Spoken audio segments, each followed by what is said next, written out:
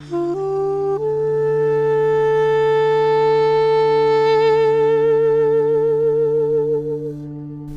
Old Man Hassan Sabbah, also known as Lord of the Mountain, formed an elite secret society called the School of the Hashishi, or Assassins. A popular theory links the word hashish, which is a term for cannabis, to the word hashishin, implying that they were named after the hash that they allegedly consumed.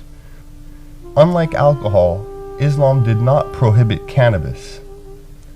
Another hypothesis for the name stems from assassin, which in Arabic means guardians, and some scholars have insisted that this is to be the true origin of the word assassin, guardians of the secrets. In Persia, or modern Iran, from the highest recesses, over 2,100 meters above sea level, of the 1,000-year-old impenetrable mountain fortress of Alamut, meaning eagle's nest, Sabbah, the Lord of the Mountain, directed a covert brotherhood of fearless, hashish-smoking warriors who were completely dedicated to his undisclosed cause, willing to carry out his every order, and if necessary, die for him willingly and without hesitation. Born in the Persian city of Qom in 1050s, Hassan-i Sabbah preached absolute devotion to a transcendental God. The family who raised him were from the Shia sect known as the Twelvers.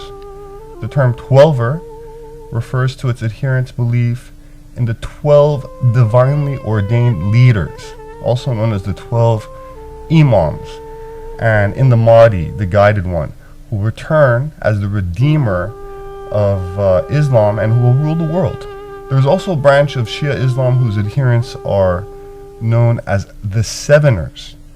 So they differ from the Twelvers in the identity of their appointed spiritual successor, or Imam, who possesses special political authority over their community. Now, the Bektashi Sufi order shared the esoteric belief in the 12 Imams and was very influential and widespread in the Ottoman Empire. And having numerous lodges scattered throughout Anatolia, they kept their core beliefs secret from outsiders, from non-initiated Muslims, and Hassan-i Sabbah was very well versed in these same core inner alchemical secrets. Within his mountain fortress of Alamut, Lord Sabbah built the legendary Garden of Earthly Delights, which would play an important role in the initiation rites of the assassins. The garden lay peacefully secluded in a beautiful valley nestled between two high mountains. Here he had imported exotic plants, birds few had ever seen before, and unusual animals from all over the world. Luxurious palaces of marble and gold, decorated with beautiful paintings and fine silk furniture, surrounded the lush gardens, and streams of milk, wine, and honey allegedly flowed throughout this earthly paradise, while fountains gushed with wine or pure spring water.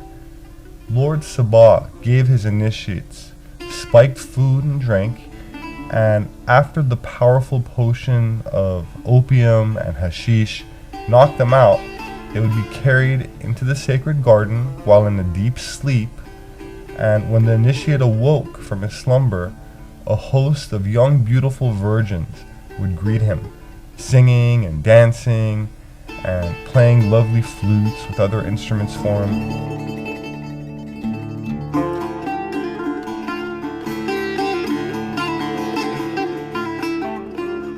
As Robert Anton Wilson describes it, and I quote, "Welcome to paradise," they sang as the awakening initiate gazed about in wonder.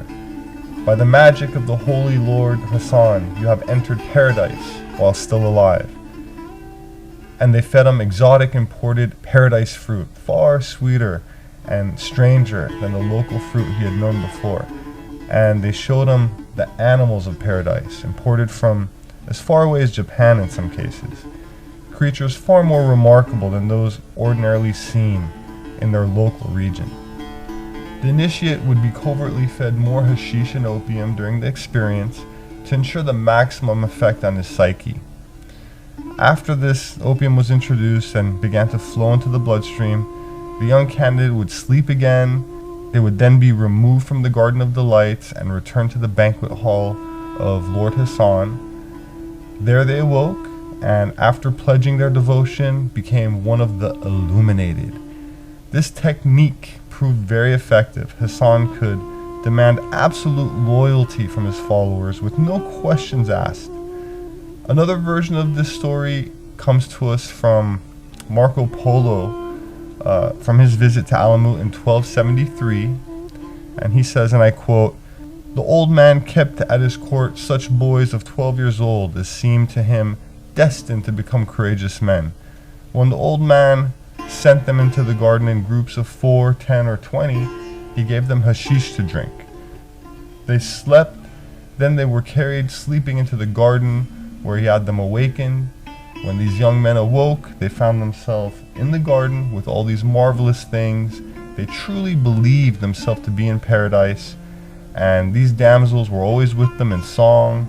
They received everything they asked for, so that they would never have left the garden of their own free will.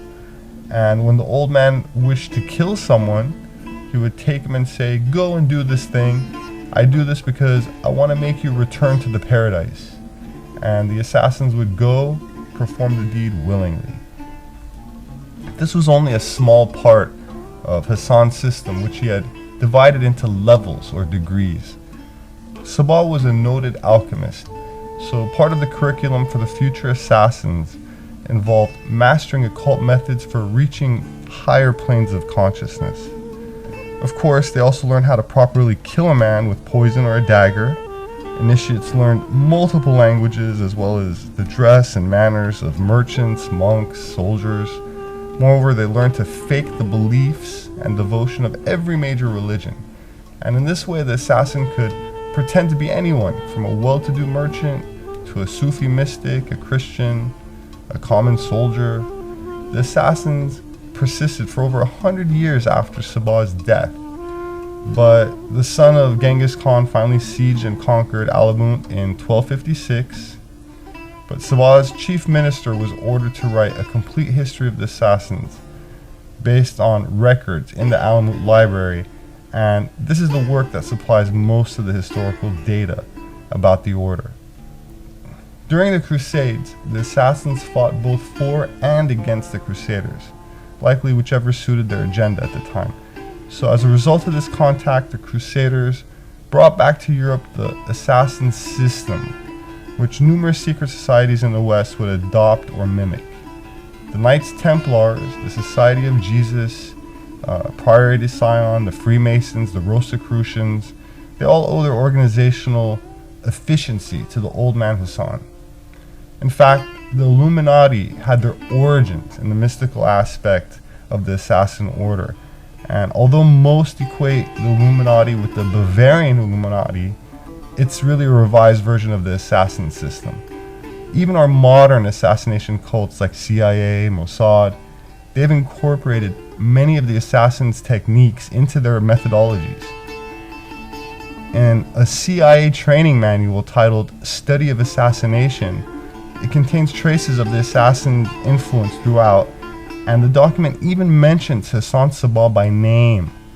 So, the Mossad former motto happens to be, "By way of deception, thou shalt do war." As I said, the Knights Templar learned how to create a mystery school from these cults, and when the Knights Templar arrived in the Middle East, the Sufis had already established numerous mystery schools, which were a synthesis of those in the ancient world. So the Templars created their own synthetic mystery school known as the Holy Grail Mystery School, and they wove into this mystery school much of the alchemical wisdom that they learned from these various traditions, as well as esoteric wisdom from Kabbalah and both the Greek and Egyptian mystery schools. In his book, originally published in Germany in 1924, the secret practices of the Sufi Freemasons, the Islamic teachings at the heart of alchemy, Rudolf von Seppendorf purports to deliver inner Masonic practices from the Bektashi order of Sufis. The book is mainly an esoteric interpretation of Masonic hand signs, but it also includes abbreviated letters found at the beginning of some of the Quran's chapters, Arabic letter mysticism, and vow chanting. And he claims that the basic idea of this sect is that there's secrets that are revealed in these words that are made up of sounds or letters with accompanying numerical values, and these are made manifest in the human body through certain exercises that he claims make up essential components at the heart of alchemy. In this context, the word alchemy refers not to converting base metals, but to spiritual alchemy, transformation of the soul. So these almost Qigong-like exercises make up a lengthy initiatory routine based around this Bektashi internal alchemy, and it combines 4 Masonic hand signs with specific vows and accompanying movements.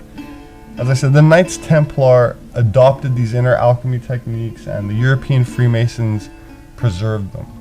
Still part of the Masonic mysteries, these Sufi spiritual practices have the goal of transforming the practitioner along the lines of Masonic moral allegory. My name is Robert Sepehr.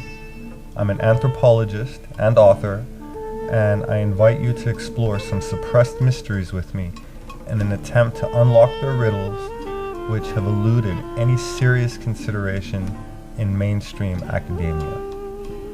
Species with Amnesia, Our Forgotten History, Gods with Amnesia, Subterranean Worlds of Inner Earth, The Occult Secrets of Vril, and 1666, Redemption Through Sin.